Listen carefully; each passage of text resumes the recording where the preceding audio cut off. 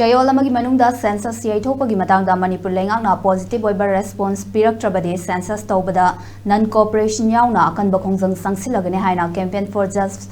and fair delimitation gi maikaidagi akanba wafam thamlakle ngasi JFT gi meeting makhada apunba nupi lop moirang unit na sinduna lakadoriba April thadagi lamdam asida mikok thiba hawgani haiduna Manipur lengakna thawrangliba asi mitop khandoktrungai mikok thibagi thabak chathaba yaroi haiduna Moirang Bazar dagi Moirang Singkai Lampak Pauba Maikai Adumgi Masing Yamlaba Miyamna Kholau Kaya Galoina na Khongsa Satuna Sangshin Kiba Khongjang aduga mari lainana JFT gi Finance Secretary Sunil Karamna wafamasi phongdokhibani Khongjang aduda masing yamlaba miyoisingna no NRC no census no free movement no census no IDP settlement no census samadi mitop khandoktana mikok thiba yaroi haina thaba placard kaya su sizinakhi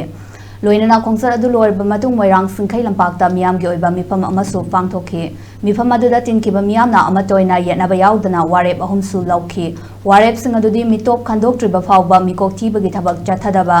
NRC tawdriba fawba mikok thibagi thabak lepa amadi lamdam amadi NRC mapung fana Jatna halaba matungda mikok thibagi thabak sathabiyo haiduna Manipur lengakta memorandum ama pishin bahaina su warep nakhibaga loinana Sunil Karamna makha taraduna Manipur lengakna April thadagi hawgani haiduna thawrang tawriba mikok thibagi thaba asi matam khara yaithoknaba haijabada tabidrabanina makha taba akanba khongjang kaya sangsinaba shem saba loire lamdam asidagi mitop khandoksi haibada lenga asina yaningdriba karigino mitop sing saugatpada lenga asina achauba thodang laurabra haibagi chingnadaba ngamde amadi mitop khandoktana mikok thibagi thabak chathakiba tarabadi mitop miyan sakaya mikok thibada yawshinkiduna lamdam asigi citizen soidana oiraklagani Kanglaba lengak asina mikok thibada thawai yauriba asigi nungi wahanthok adu miyamda mayek sengna khangalu haikhi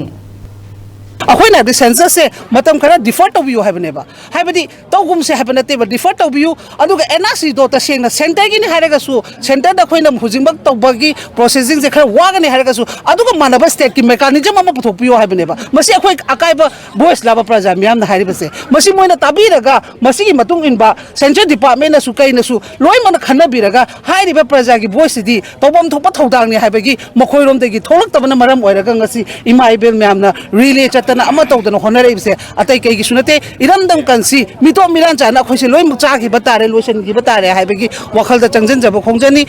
India sina khoi mu ka sulaitana khalakpa akhoi u khurai gi makhoi na chananing ba mawon da sanarak pa che akhoi yamna Manipur mi yamna yabanga moi aduna thoba matamda census thigani habache lepi Taragadi, a koi miami khongjang je are politana makhal makha kaya gi khongjang changjilakani habaje India government na state government na makpali ba sarkar na masi khanbi wa ba wafam mache media ge tungda thamjar Manipur da leriba miyam punamak akoi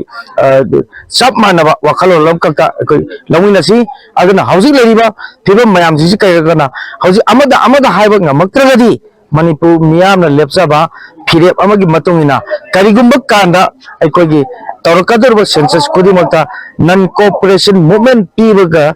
irenana akoi tongan ba akoi saitheng yawa podamakak tang kongama pana wari ama lorkana akoi shodana maki akoi Manipur gi government ta koina thamjagadaba pressure aroi boina koina thamjagani